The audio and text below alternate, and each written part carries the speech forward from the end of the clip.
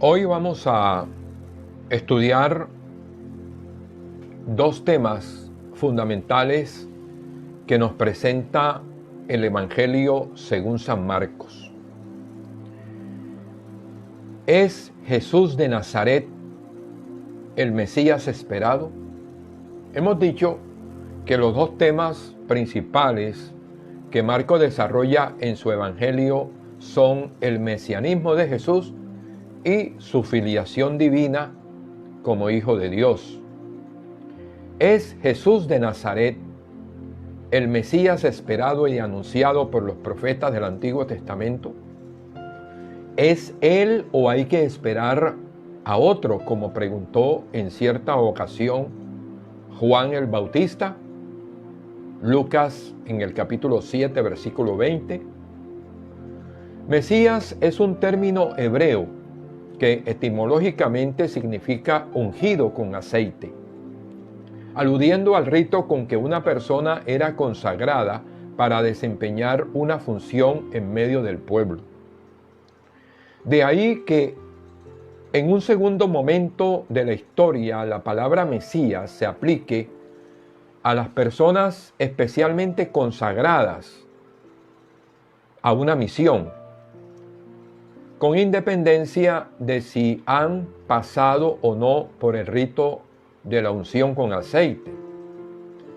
En la Biblia reciben este título los profetas, los sacerdotes y sobre todo los reyes. Con el paso del tiempo, la palabra Mesías se convirtió en un título privilegiado para designar al gran rey, descendiente de David, destinado por Dios para liberar a su pueblo. Y la tradición judía dedicó este título de contenido político nacionalista, y por ello tal vez Jesús no quiso aplicárselo directamente.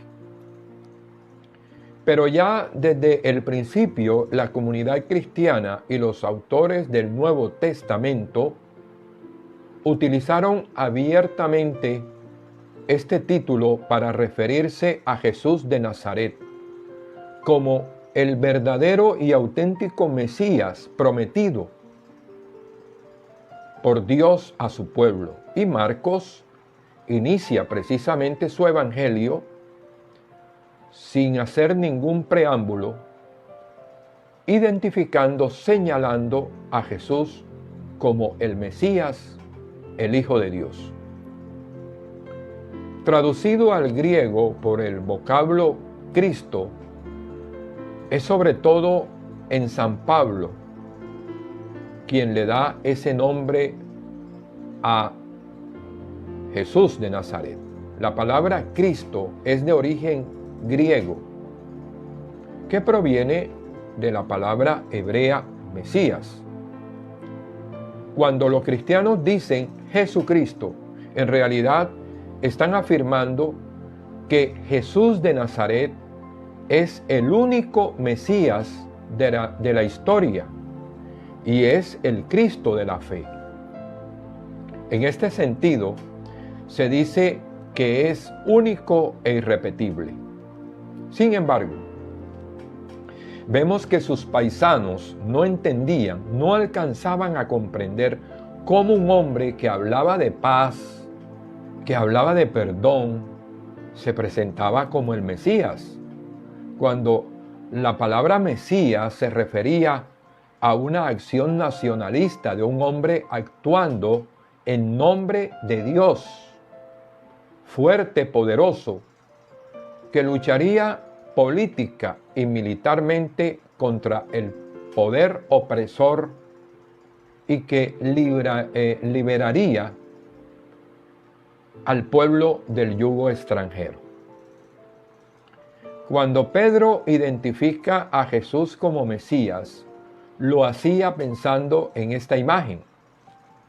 Por eso Jesús lo manda a callar y le dice: apártate de mí, Satanás, porque tus pensamientos no son los de Dios. Tú me estás viendo como un Mesías militar y glorioso, como lo hacían los judíos. Marcos 8:33. Pedro entonces esperaba a un Mesías combativo, a un Mesías guerrero, violento, que a través de la lucha armada liberaría a los judíos de la opresión romana. Recordemos que la actitud de Pedro llevaba a matar. Él andaba armado.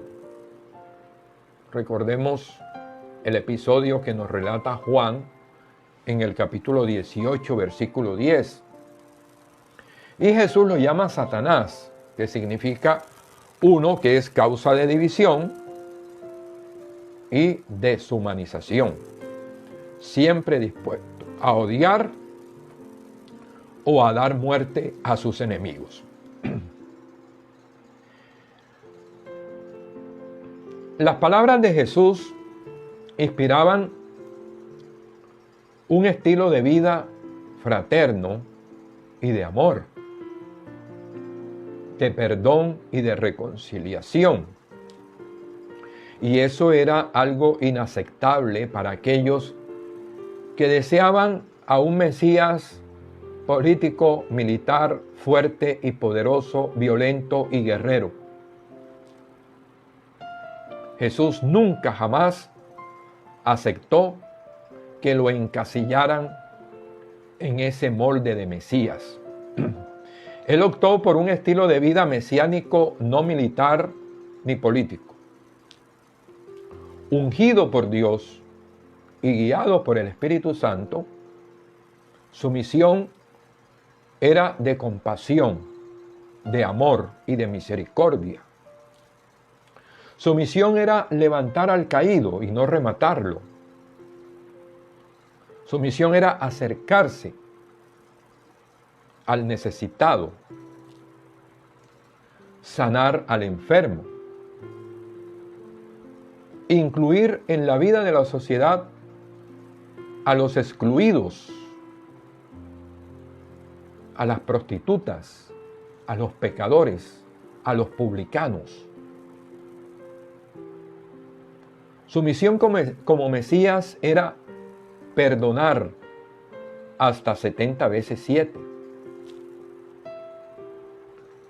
Necesitamos hoy aceptar en nuestra vida a un Mesías de ese estilo, que nos enseñe a perdonar las ofensas. Por lo tanto, el mesianismo de Jesús nunca tuvo connotaciones de índole político ni militar. Cuando se habla de mesianismo en la Biblia, siempre hay una referencia al término redención. Esos dos términos bíblicamente van unidos. No se puede entender a un Mesías que no sea redentor. El Mesías viene precisamente a redimir, a salvar, a rescatar. Así lo podemos considerar en toda la dinámica de la historia de la salvación. En primer lugar, el término o el hecho redentor era un acontecimiento del pasado. La liberación de Egipto fue un acontecimiento redentor. El éxodo, la salida, el hecho de cruzar el Mar Rojo, pasar por el desierto, la alianza entre Yahvé e Israel, la promesa que Dios le hizo a David a través del profeta Natán en el capítulo 2, en el capítulo 7 del segundo libro de Samuel. Pero al transcurrir el tiempo, la infidelidad del pueblo y de los reyes, que eran ungidos por el Señor, llevó a los profetas a anunciar a un Mesías futurista. El pueblo aspiraba a un Mesías diferente. Israel estaba hastiada de violencia.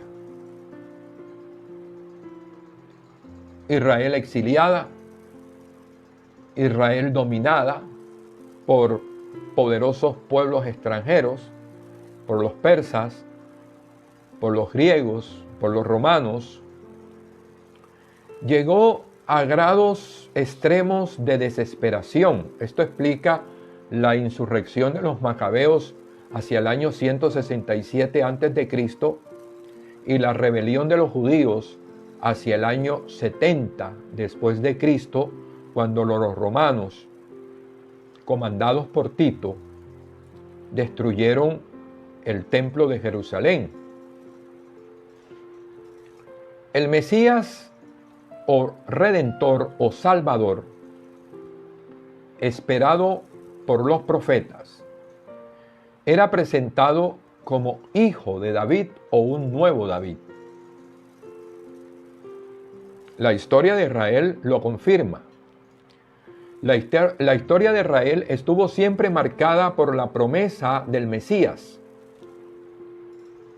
En los momentos duros del exilio en Babilonia, en los momentos duros de fracaso, los judíos siempre renovaron su esperanza poniendo su confianza en aquel que vendría a liberarlos. Recordemos al profeta Isaías, cuando dice y habla de un siervo sufriente, despreciado y evitado de la gente, curtidor en el dolor,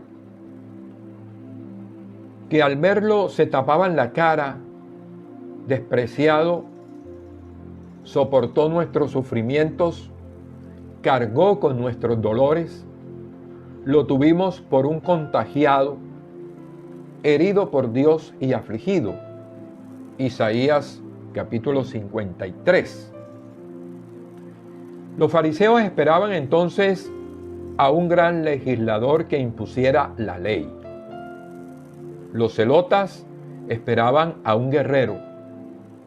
Y los esenios esperaban a un sacerdote de un culto nuevo. En tiempos de Jesús era claro que la mayoría esperaba la inminente llegada de un Mesías. Y Juan el Bautista fue la expresión viva de esa espera. Él era una voz que clamaba en el desierto, invitando a la conversión. A él acudía toda la población y se sometía a un bautismo de conversión. Esa multitud que acudía incluía fariseos, saduceos, publicanos, pecadores, y nadie podía sospechar que en medio de esa masa pecadora iba, como uno más, el Mesías esperado, el Hijo de Dios,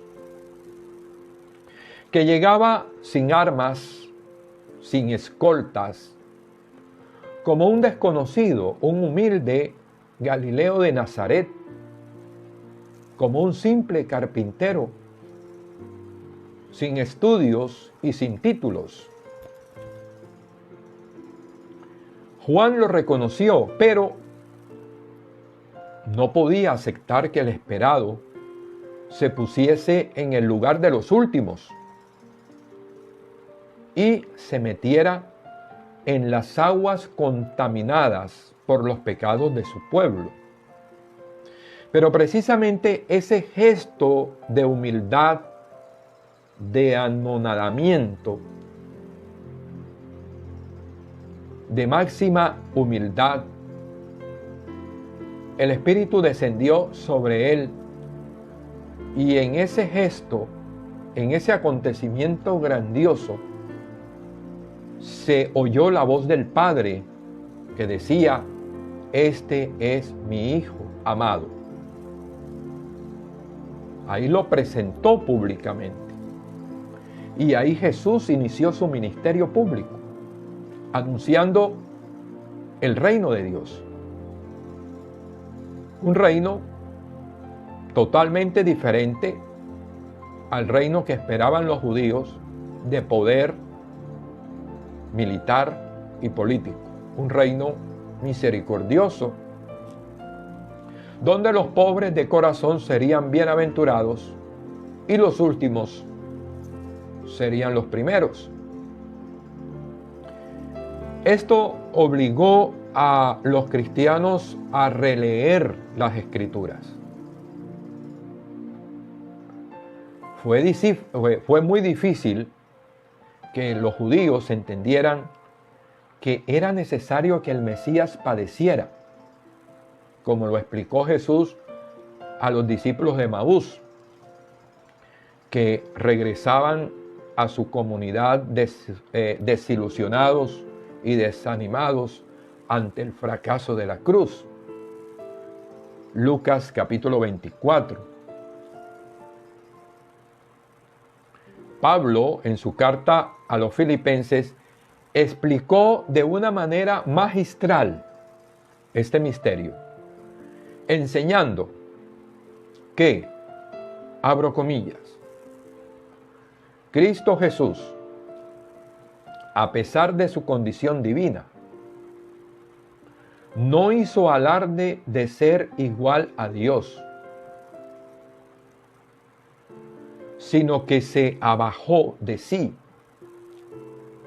y tomó la condición de esclavo, haciéndose semejante a los hombres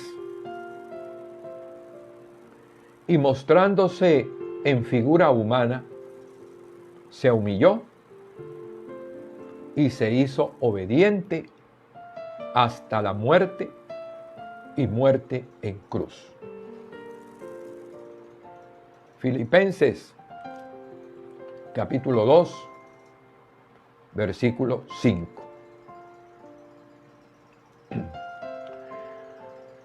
Otro de los títulos que Marcos presenta sobre Jesús es su condición de Hijo de Dios. Pero ¿qué significado tiene este título? Miremos el Antiguo Testamento en primer lugar. Este título en el Antiguo Testamento se le adjudicaba al pueblo de Israel. El pueblo era hijo de Dios. Éxodo 4, versículo 22 al 23, y el profeta Oseas en su capítulo 11, versículo 1. También a los reyes descendientes de David se le llamaban hijos de Dios. 2 Samuel 7:14. Ahora, en ambos casos, este término era de sentido figurado, se trataba de una filiación adoptiva, lo que significaba una especial relación de cercanía con Dios. Pero cuando el Nuevo Testamento llama a Jesús Hijo de Dios, ya no se trata de un título honorífico, ni de una condición adoptiva, sino de una profundísima y misteriosa realidad que constituye a Jesús en persona divina con la misma naturaleza y dignidad que Dios Padre. Marcos 1, versículo 1. El Evangelio de Marcos anuncia desde sus inicios que Jesús es el Mesías, el Hijo de Dios. En este contexto aparece la primera escena en que se describe a Jesús como Hijo de Dios, en el bautismo de Jesús.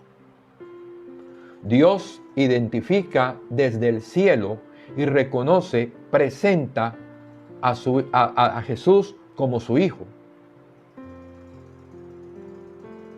La filiación divina de Jesús no lo aparta de la historia humana, no lo eleva, no lo coloca en una condición superior. Al contrario, lo sumerge de lleno en la lucha que en esa historia se libra. Jesús también tuvo que enfrentar pruebas. Jesús también sufrió. Jesús también lloró. Jesús anduvo en el desierto de la prueba. Y Jesús recorrió el duro camino que recorremos todos los seres humanos.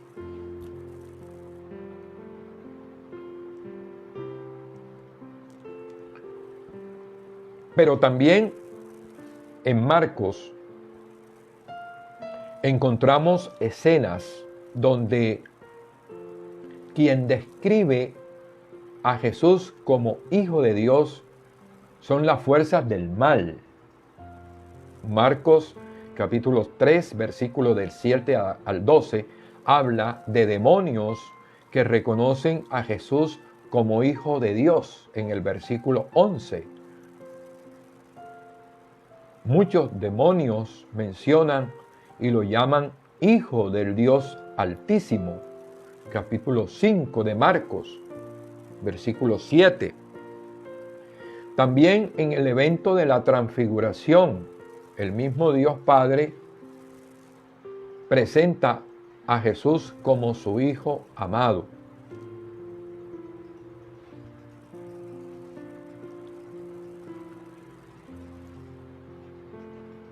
En Marcos capítulo 12, versículo 1 al 9, en una forma alegórica, Jesús vuelve a tomar el tema del sufrimiento cuando habla del dueño de la viña que envía a su hijo a los labradores, quienes lo matan. Jesús es ese hijo. Y Marcos por última vez identifica a Jesús como Hijo de Dios a través de una fuente inesperada, a través de un centurión romano, a través de un pagano. Marcos 15, versículos 33 al 41. En el Gólgota, en el momento supremo de la prueba, de la derrota y del fracaso, habiendo sentido el abandono de su Padre Dios, muy amado, en el mismo instante de la muerte, un pagano lo reconoce como Hijo de Dios. Es que en la muerte es donde se revela de una manera plena el misterio del mesianismo y de la filiación divina de Jesús, según San Marcos. Con la confesión de fe del centurión, Marcos termina su obra literaria confirmando que Jesús es el Hijo de Dios porque obedeció hasta la muerte y muerte de cruz.